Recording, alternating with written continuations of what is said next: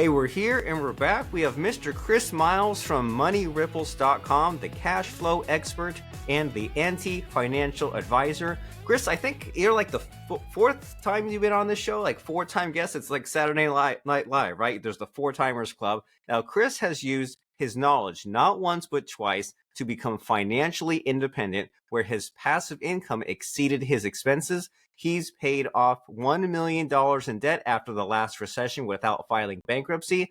Chris has been featured on U.S. News, CNN Money, Entrepreneur, Bigger Pockets. He has a proven reputation to get his clients fast financial results. So we'll find out from the man, the myth, the legend, the expert right now today about how he left his career as a traditional financial advisor. He's retired twice. He's differed from Rich Dad, Poor Dad. He's got out of over $1 million in debt and so much more. So, Mr. Chris, glad to see you and meet with you again. Absolutely, man. Yeah, I can't believe it. Yeah, Saturday Night Live. I mean, it is like an honor if you can be on like four times, So I think that's been four times in about 10 years I've been on here, right? Yeah, it's not like you're like always knocking on the door. It's just we keep coming across each other, and Mhm.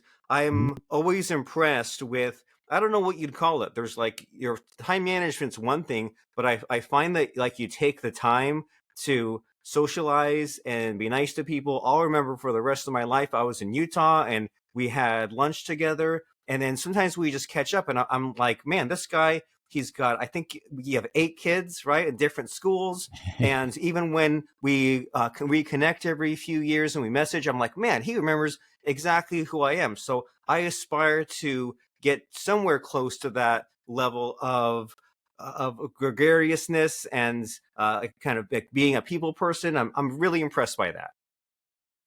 I've got plenty of kids to share with you if you want some more. I mean, I'm willing to share that wealth with you.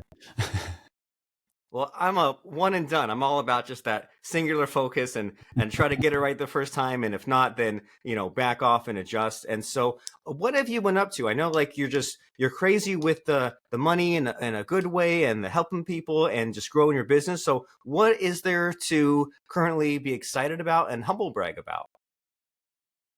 I think the biggest humble brag is, I mean, you mentioned, of course, the fact I was able to retire twice, be financially independent twice. I mean, that's definitely a big brag. But I think the bigger brag is the fact that it's not just me. I mean, the fact that we've had literally like so many clients, hundreds of clients improve their cash flow by over $300 million in the last 15 years.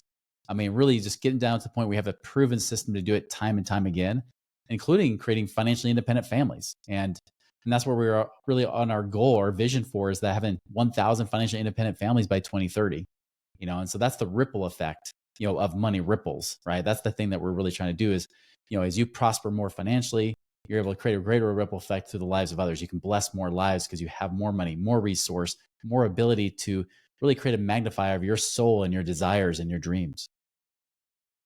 Very nice. And they call that abundance, right? Where it's not just about Yeah. you improve your family and you help others and other lives are improved. And you're just creating this positive force in the world that keeps going out there. And, this whole thing about money, I know that when we first met 10 years ago, I was very afraid of it. And it's still something to work on, but I'm definitely less afraid of it. I know that back then, if a bill came in the mail, I would just let it sit and I would let it just mess with me for Mm. weeks on end until I finally opened it up and I was like, hey, what is there to worry about? I would look down on people that discussed money regularly because some people are greedy and some people it is all about money for them. But I have since the last 10 years, I found the value in just like revisiting money for the very kind of hard life lesson that if you ignore money, then money will ignore you, right? If you say, "Oh, well, Mhm. I don't care about retirement, and you can't take it with you," then you'll be struggling for money your whole life. So there's definitely a little bit of a nuance to it, isn't there? Of like being obsessed with money to a healthy amount that it can serve you and serve others. Because if you tell yourself these stories, if you have this self sabotage, then you just won't have it. And we all need money to live. That's right. It's one of those things that's like air, right? We need it. We know we need it.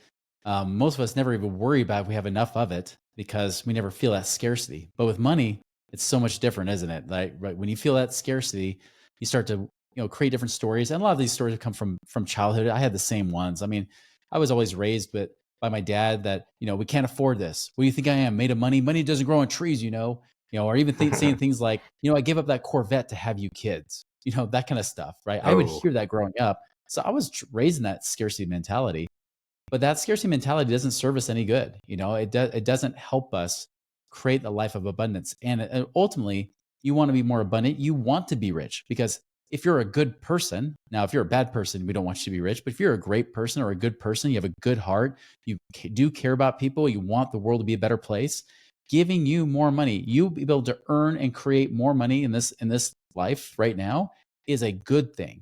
And you should desire that. You should desire. It's like the book The Science of Getting Rich by Wallace Wattles, right? You should desire to be rich because being rich for a good person in the hands of a good person and a wise steward is an amazing tool. And that's all money is. It's just a tool. It's temporary. We can't take it with us, which is true. But whatever we do with it in the meantime is stewardship. And what are we going to do with that stewardship? Are we going to make the world a better place or are we going to make it a worse place in the meantime? And we should make it a better place, and it won't happen by accident. And what you're just saying here of like what to do after you get the money, like I find that really Mhm. powerful. Like I was listening maybe like 15 years ago, there was some audiobook by Bill Clinton of all people, and he was talking about Mhm. all the things they do in Africa with like these little microfinances. They do these like $50 loans to help someone Right. like raise a chicken farm, and it goes such a long way. And it was just such a cool perspective, right? Because it's really, I don't know, it's kind of discouraging when you think about like if you ever do those Google searches of like, okay, $500 today, what was that worth even in like not never mind like 1970, but like in 2000, you're Mhm. like, whoa, like the dollars really changed that much. And sometimes it feels like the numeric value of money, it's just hard to imagine when you're like, oh my gosh, like all this stuff is overpriced, right?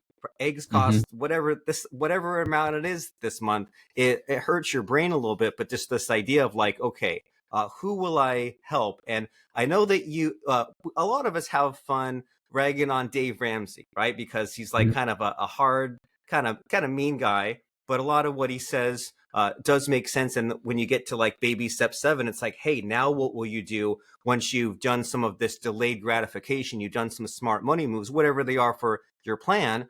Then you Yeah. can kind of, now it can all be worthwhile. And it's like, all right, cool. So I'm not just Scrooge McDuck.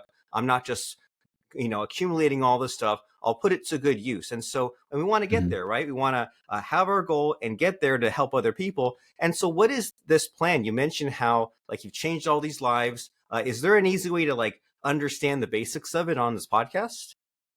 It really is. I mean, you mentioned the baby step number 7 with Dave Ramsey. I mean, that comes after not just budgeting and emergency fund and paying off all your debt and then stuffing money in your retirement account and then paying off your house and then paying cash only if you're going to buy a real estate, right? And you're trying to build this all up. And then finally, at that point, you can now give money away. What if you could do it a lot faster? What if you could actually not wait 30, 40 years and see if whether you have enough money to do it yet or not, anyways? But you could actually do it maybe in like less than 10. And that's kind of what That I sounds found great. out, right?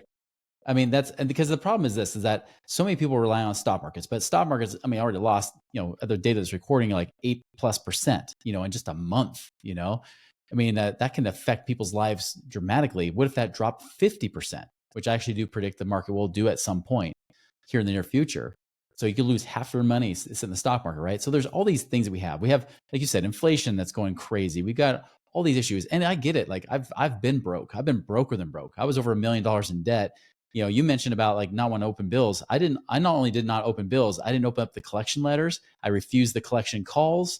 I was totally ignoring everything because I was so stressed and wondering what to do in my life at one point. And I mean, even at that Right. point, I remember my wife even said, she's like, man, like maybe just till you figure your stuff out, I'm going to move into my sister's basement with our kids, and then you just figure out whatever you got to figure out to get us out of this hole. And Oh I'm like, boy. no, you moving out of the house is not going to help me feel better. I'll just feel more like I already feel bad as a provider and a protector right now. That would just make me feel worse. I would feel like now I'm on my own, no support, no love, no help, like all alone. And so I get what it's like. And this is why I realized that the number one key to financial freedom is not about how big your accounts are. It's not even about, whether or not you got a nice little retirement account. It's all about cash flow. How much money is coming in versus what's going out. And the good news is you don't have to live on rice and beans to do it. Because some people tell you just got to minimize your lifestyle, basically cut out all the people out of your life, just be as cheap as possible. And then someday when you have enough money, then you can invite them back in. The problem is most people spend decades being cheap. Do you think they can just turn off a switch and be like, oh, now I can finally live free? That never happens. People don't do that. People don't change like that. Those that go cheap for decades create a habit of remaining cheap the rest of their lives, right? And then they don't ever change. They don't ever enjoy that freedom. They never feel like it's enough. And so the key is you have to become a wise steward of your money. You're not a spender, you're not blowing money, but you're also not a saver where you hoard money. It's about being a steward. Is how do I create the highest and best use of the money I'm given? How do I create more cash flow? How do I create more money now? It's about present planning, not future planning, right? As everybody keeps talking about, plan for your future retirement 30, 40 years. What about now? You notice that nobody really talks about today. And so that's the Right. 5-step process we address. Because again, we focus all on that cash flow. What actually makes a difference in your life today? Not, hey, you know what, 20 years, I'm going to be debt free. Who gives a crap? You might not even be alive in 20 years. What can you do right now to benefit your family? Oh man, I'm putting money in my 401k. I'm getting the match. In 40 years, I'm going to have a couple $1,000,000. Who gives a crap? You may not be alive. And you know what? You're just taking money away from your family to where you could be enjoying time with them now. And you don't because you keep putting away for 40 years from now. And that's if it works. And I'll tell you, the reason it doesn't work is because my dad was one of those people. My dad actually, he was the guy that was the penny pinching saver, right? Remember, he couldn't afford anything. He taught me to spend nothing, save everything, and sacrifice for later. Well, when I sat down with him when I was a traditional financial advisor, this was 20 years ago, I sat down with him and looked at all of his numbers. He's like, Chris, I'm 61 years old. I've already had heart attacks and strokes. I want to I want to get out of this job at some point because it's killing me, literally killing me. What do I need to do? And I said, Dad, you're debt free. You paid off your house. You did everything that Dave Ramsey would teach. You stuffed money in your 401k, got the match. But the problem is, Dad, if you want to retire today, you're going to have to die in about 5 years because that's when you're going to run out of money. Okay, what do I do? I don't know. You did everything right, you know? And this is when I eventually quit being a financial advisor. I realized I was a liar and a deceiver because it wasn't just him, even though he was the model example of what you're supposed to do. But everybody else that were savers like him could not slave and save enough. My dad had worked into his 70s before he finally was forced into retirement due to health reasons. And now he's been stretching out his dollars into his 80s as long as he can, right? He's not living life. He's alive, but he's not living. And that's what we're seeing over and over. And so you got to focus on passive income and cash flow control, right? Be able to manage that cash flow and create more passive income where you get to the point where you're work optional, you work because you want to, not because you have to.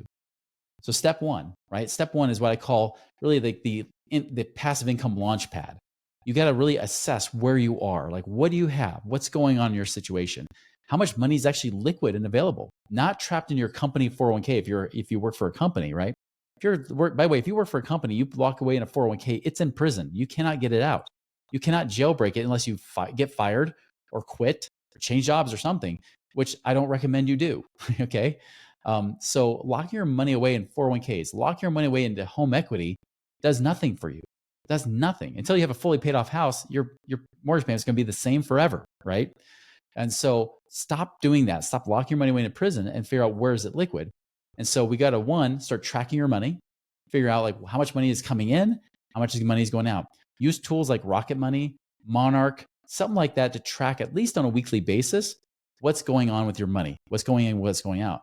I'll tell you, like if you ignore it, you mentioned this before, whatever you pay attention to will grow and expand, but whatever you ignore will leave you. You ignore your teeth, they'll leave you. You ignore your spouse, they'll leave you. And if you ignore your money, it'll leave you too. And so you got to start paying attention. It was interesting. My wife actually asked me just yesterday, she called out like right after I recorded another interview like this. She says, hey, Chris, did you spend this much on this particular company? I was like, no, I didn't. It's like, well, you got to charge for it for like $150. You might want to check that out. I was like, oh, that's possible fraud. It's like, if that happens, we got to make sure that if that's compromised, cut it, So, Right. so those kind of things happen. You got to be careful. So track your money, but also know where you are too. What available money is cash? What's liquid? Do you have maybe other rental properties? Are they paying you enough rent? Is there equity in those properties? We might be able to sell them and make more cash flow with it. Do you have money sitting in savings doing nothing? Do you have money? Even some people have life insurance, right? Like cash in there that they didn't even know they had that they could be using, right? All those kind of things. Old 401ks, IRAs, Roth IRAs. Where's all that? That's step one, is identifying all the potential and where you're at. Then step two is you start to explore opportunities. So one, you get in cash flow under control, right? And you're starting to see the opportunities. And then, and by the way, when you get in cash flow under control, it means cutting out things that maybe don't serve you anymore. This could be cutting out subscriptions. This could be doing things like maybe we do pay off certain debts or loans, things like that. Or can we reduce your tax burden, especially if you're a business owner? I guarantee it, you're overpaying on taxes if you're a business owner because we find it every time. So are there things we can do to reduce taxes, right? So you keep more money in your pocket. And then two, we explore opportunities that take your liquid cash and do something with it, right? What can we do with that money? And you start looking at opportunities. That's one thing we do with our clients. We actually have curated people already, deal operators in like the real estate space and business space and places like this, where you could legitimately be a passive investor where you offer the money, but then they pay you returns. Like for example, I have one friend that he's been doing this for like 30 years. He has a debt fund, right? Meaning that they loan out money to various real estate investors to kind of diversify, and they'll pay you 1% a month. That means if you have $100,000, you get paid $1,000 a month. We've had clients that have sometimes $1 million. And they're like, wow, I'm making over $100,000 a year passively because I've got this cash that I can now do something with. Do you know how many times I've had people say, man, I followed Dave Ramsey's advice to a T. Now I'm worth a couple $1 million. I was like, well, that's great. How much cash flow are you earning? How much passive income are you getting? Zero, Chris. That's why we're talking. Like I'm literally like, I have to keep working. There's no stop to this. Like, where's the madness? When does the madness end? Like I can only get so cheap for so long, but I want to enjoy life too. I want to go see my kids and my grandkids. I want to do something. I'm still an active person. I have my life ahead of me. I want to still do this stuff. And all I have is this net worth, and it's worthless to me until it actually creates income. And so that's where we turn it around, right? So that's why you explore these opportunities. Like, who are those people we can go to that have good experience, have been doing this for at least, I'd say 15 plus years, and they can actually consistently have a good track record of paying people back, including you, ideally, right? By the way, that doesn't just mean I buy rentals in my backyard. I buy rentals where somebody else manages across the country. I don't even have to look at the property, right? I do stuff like that. I've got money I can put into like different deals. I can put into a car wash business where, again, I go into shared ownership with that. I pool my money with other investors. I can pool my money with other investors to buy self-storage units or apartment buildings or Amazon industrial complexes or things like that. I've actually used my money to go into a partnership to buy into raw land. I've spent $500,000 that now has kicked off over $13,000 a month passively. I do nothing. They do all the work. And so you start to look at those opportunities and explore them. And then you finally go and make the deal, which is the third phase, right? So one, we have the launch pad, figure out where we are, how we get cash flow under control and get our burn rate down a little bit, right? So that we can figure out what it takes to be financially independent. Two, explore those deals. Three, then you make the deal. Then you actually commit that money to do it. Four is, in the meantime, while you're doing that, start protecting yourself. Because, defense, you need defense for a good offense. Tom Brady would not be Tom Brady if he had not had a good defense, right? A good offensive line to protect him. Otherwise, nobody would have heard of Tom Brady because he would have been on the injured reserve list from getting beat up so often by getting sacked all the time. So no, we hear about Tom Brady because he's got a good defense. What's your defense? How do you make sure you have the right corporations in place for your business and or your investments? How do you make sure you have taxes under control? How do you make sure you have the right health insurance, disability insurance, long-term care, life insurance, all those things in place to protect you and your family, protect you as the producer, the creator of your income, so that no one event can wipe all your wealth away. And then the fifth thing is my favorite, which is the income avalanche, right? So now you're starting to build that passive income. You got the deals. You've already made the deals. You got assets protected. You're building the moat around your castle, so to speak, right? Now you let that passive income grow to the point that you can take it and reinvest it again. Instead of focusing on compounding interest, we focus on compounding income. And then that's where you start to get those deals, like as they pay out, take that cash, reinvest it again, and do it again. So like, for example, I had somebody where they had, $600,000 to invest. It was kicking off about a little over about $65,000 a year.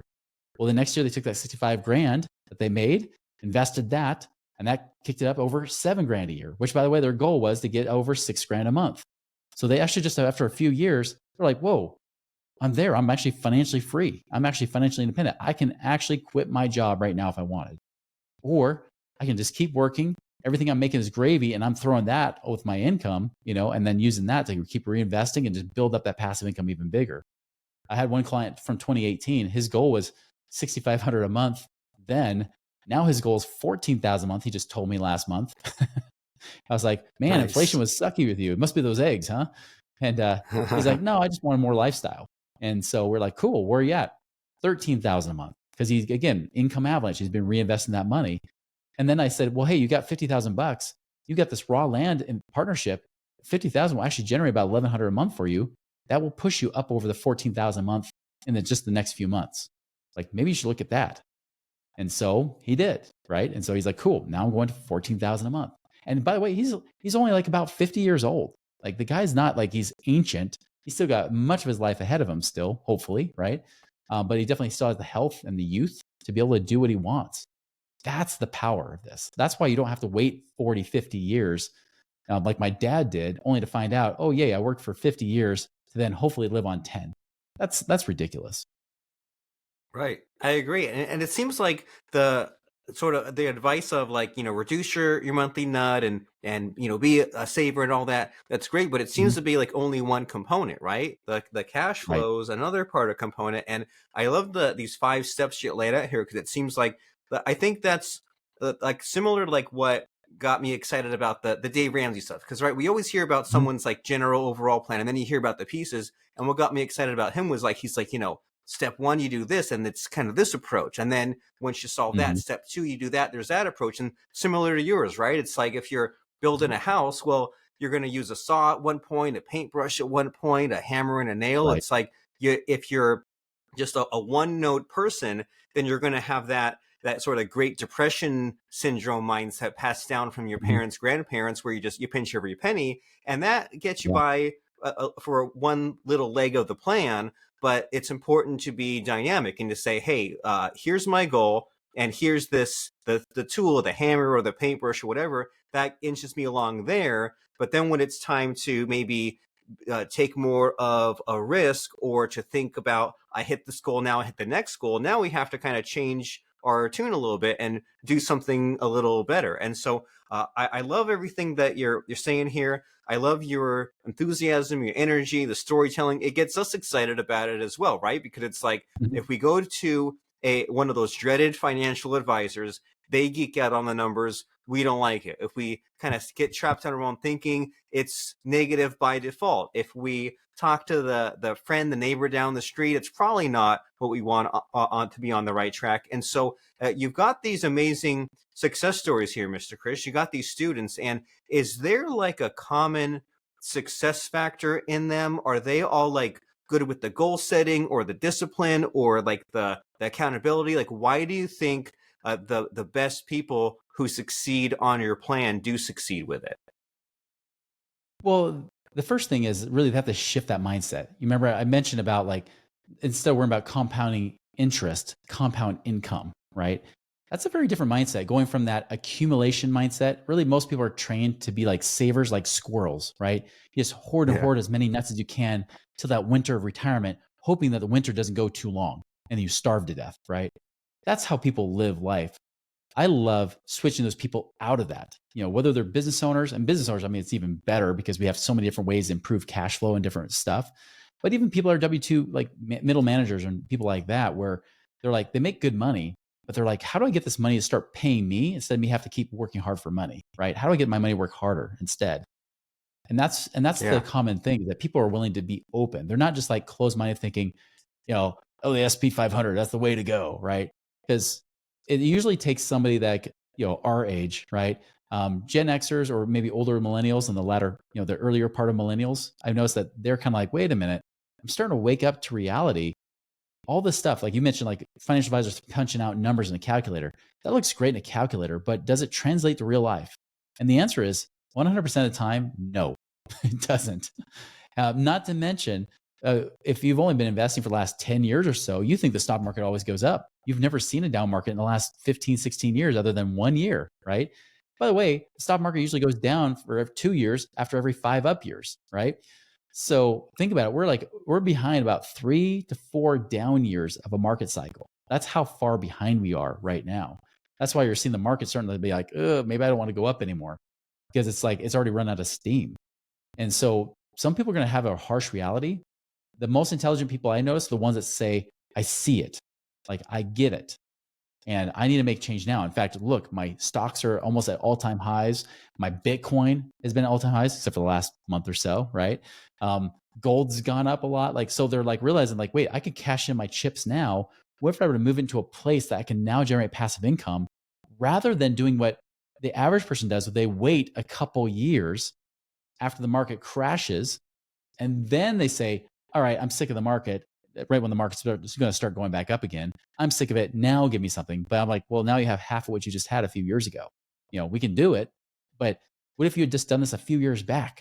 You'd be like a hero right now. You'd be like, singing people would be singing the praises on your street, being like, dude, you're so smart. You're amazing. It's like, no, I was just had foresight. I had the foreknowledge to say, you know what? I'm not going to wait. This is the time to act. And I saw that happen. I saw that happen in, 2000, going 2009, 10, 11. Man, we had hundreds of people hire us to do stuff with it, helping them with cash flow. But they had to get their butts kicked for 2 years before they did it. But there was some Right. smarter ones that were adopters that said, let's do this. This makes sense. I want passive income now. And I know that the time is the only thing I have right now. It's my best friend or it could be my worst enemy, depending on what I do today. Yeah, that's beautiful. And it definitely shows the value in being proactive instead of reactive. You go to where the hockey puck will be. And Yeah. especially with business owners, I'm always so impressed with the ones that really have their numbers dialed in and they do the forecasting. And instead of waiting until the last minute, they do their financials every month, if not in real time. And those kind of situations where if Adis says, hey, we got this $150 thing, let me text Chris because we're that on the ball. And it doesn't mean that we're greedy or doesn't mean that we're gullible or get distracted. It just means that we're making sure that we're doing the right things now to set up our future. And lag time really is kind of a tricky situation, isn't it, Mr. Chris? Especially for Mhm. a small business owner, because like you and I both we're both aggressive marketers, I think, right? We say, hey, I've got Mhm. to put out the YouTube and the content and the networking, and a lot of times, like you with the lag time, you say, well, let me like generate all these leads, let me talk to all these people, let me do all this work following up. Oh, well, I'm not getting any results, I'll just quit. And then the follow up Mhm. then works, and you say, well, hey, why is it that when I stopped trying, I got results, the money came in? Well, it's not the negative correlation. It's not that not working equals money. It's that there was like a delay. Our scope wasn't big Yes. enough, right? Weren't looking at the big picture. So you're saying that your best students, they're open to new ideas and they get ahead of their problems. They don't let things get bad and then they have to play catch up. And so in our last 2 minutes of our discussion here, Mr. Chris, I'm really curious about like what surprised you, because like you said, you've experienced all this stuff, right? You've had all these kinds of lifetimes, careers, help people, and you dealt with this real beast called money, where like Mhm. we're always fighting it. There's all this emotional baggage. But as far as like your own journey, especially the last couple of years, like what's really shocked and surprised you with money, wealth building, people, business? Just what's really knocked you out? What shocked me in the last few years? I would say that I'm always amazed how much media gets in the way, right? I mean, there's so much information, there's so much media, even between Instagram, TikTok, YouTube, news stations and channels, and they're also being posted and blasted across social media. There is so much noise out there right now. And all that noise does is slow you down. That's all it does. You would think, I mean, especially with all the fear mongering, it would actually get people moving and doing something. But no, it has the opposite effect. People freeze. People don't do anything. And that's the most dangerous thing. One thing I've told my clients over and over is like, if you want to be happy, turn off the news. Turn off Fox News, turn off CNN, turn off all that crap. Because the truth is, it's all crap, all of it, right? It's all just a distraction from keeping you be prosperous in your own life, not to mention more happy. I've got clients that right now that one even told me, he's like, yeah, I've got 2.5 million sitting on the sidelines right now. I'm not sure what to do. And then he's talking about like, oh, I don't know about Doge and Elon Musk. I mean, like it's criminal what he's doing, and with Trump and this and this. I'm like, who gives a crap about them? You realize this has all been speculation. Nothing has been done. Hardly anything has been enacted so far. Now, Trump will say he's done a lot of stuff, but the truth is, he hasn't done nearly as much as what he talks about doing, right? And Right. so, and it doesn't affect your day to day life. Nothing has changed for you. Nothing, right? But your response, your emotional response, is making a difference in your life. It is creating the life that you have. And so I tell people like disconnect, get away from that, quiet the voices around you, quiet your mind. You'll realize it's actually simpler and way easier, and there's more hope to create financial freedom than you've ever realized. And that's what I told him. I was like, dude, like there's so many options for you that right now you could be pulling the trigger on. But because other people are watching news stations, you actually have an opportunity because they're getting distracted by all the noise. They're not seeing the opportunities right beneath their feet that they could like just literally pick up and run with. And you've got that right now. There are literally opportunities right now, investing opportunities that even myself, Chris Miles doesn't have enough money to put them all into because there's just so much opportunity right now. So there's an abundance of it. Turn that stuff off, get out of the scarcity mongering that they use to keep you hooked and like a freaking heroin addict, and instead get out there and do something with it. Very nice, and it is counterintuitive, isn't it? You think that, well, I'm being informed, I'm being plugged in, but it's like you're being so overinformed and all this conflicting stuff that it's just Mhm. causing the analysis paralysis and the fear, Mhm. and it is a tough addiction to break, right? The news cycle and this always getting the information, and it's tricky because you're like, hey, it's not drugs or coffee or Mhm. video games. It's like some other kind of addiction. And oh, it's so harmless. Well, is it that harmless if it prevents you from taking action, if it's messing you with your money? And it's like, yeah, it's so tough to break it. But when you hear like the reassurance of someone saying like, well, if a nuclear bomb goes off, like that news will filter its way to you. Even if don't worry, like Right. we're so connected, even if you don't watch the news, like you still do hear about little tidbits here and there, so it will make it. And I think something that really helped me like a bunch of decades ago, Chris, was not having live TV. And now there's Mhm. streaming in the apps, so it's like I still get my entertainment, I still get my distraction, but just Mhm. not having the channel flipping, just a little tweak like that, it's just helps so much, right? To cut down on all the noise and all these things that distract us and stop us from our goals, right? We join your Mhm. your club, we figure out a plan, we figure out that strategy, but all these things are just kind of all these little like bullets being fired at us, kind of dinging and denting us, getting us off track from where we should be. And so we don't want that, but we do want to take control over our future and be brave and act with courage and help out our family and be smart and help out others and all those other wonderful things. And so how can you help us do that, right? The whole reason you're here and the reason why you do the videos and you're on so many podcasts is to get people aware about money ripples and what you do. And so how can someone take some next steps with you? What's the call to action? Well, that's the one problem that everybody has, especially as business owners, is that I had one business owner tell me, he's like, Chris, the only issue is like, sometimes it's just easier to throw my money in the stock market because I just don't have to think about it. And I said, well, passive income, it does not mean passive thinking. You know, I'm Ooh. like throwing your money into the stock market. Well, what happens if it goes down? Well, then I lose money. Right. That hard earned money you made in your business. So why would you throw it there? You might as well just throw it in your business, but then you'll be a trap to your business too. He's like, well, yeah. So I just want to do the thing that doesn't make me think. I'm like, this is why we exist. It's so much easier than you think it is. You don't have to become a financial genius or investing genius to take away and detract from your business, right? You could actually do this with knowing just a few simple things. And of course, that's what we do. We help you strategize one on one, like an actual white glove game plan that we help create with you. And then we connect you with those deals. Again, it's up to you. We're not investment advisors. We don't tell you what to do, but we connect you to those people that we've vetted really for me over the last 20 years. Right. And so it doesn't mean that it's guaranteed, but it does mean that this saves you so much time, saves you so much energy and trying to become an expert because we help you really create a shortcut to that. It's almost like a wormhole in space, right? It's that little, fold that space time fabric, to the point where you get there faster. And that's exactly what we're doing. We're just getting you there faster. So you don't have to take all your time and energy and attention away from your business or from what's making you money right now. And instead get you to start creating multiple streams of passive income so you can actually buy your time back. And that's what we want. And it seems to take a lot of the stress and uncertainty out of it, right? If you have a team, you have more brains working on the problem to make some of these tough decisions. If you're jumping into it and you haven't done this, it can be scary. And that's why we need to do some of these things and take some action and get your help. And so is moneyripples.com the place to go? It sure is. Yep. MoneyRipples.com. You can check out our Money Ripples podcast. or you can even just check out at Money Ripples on any social media.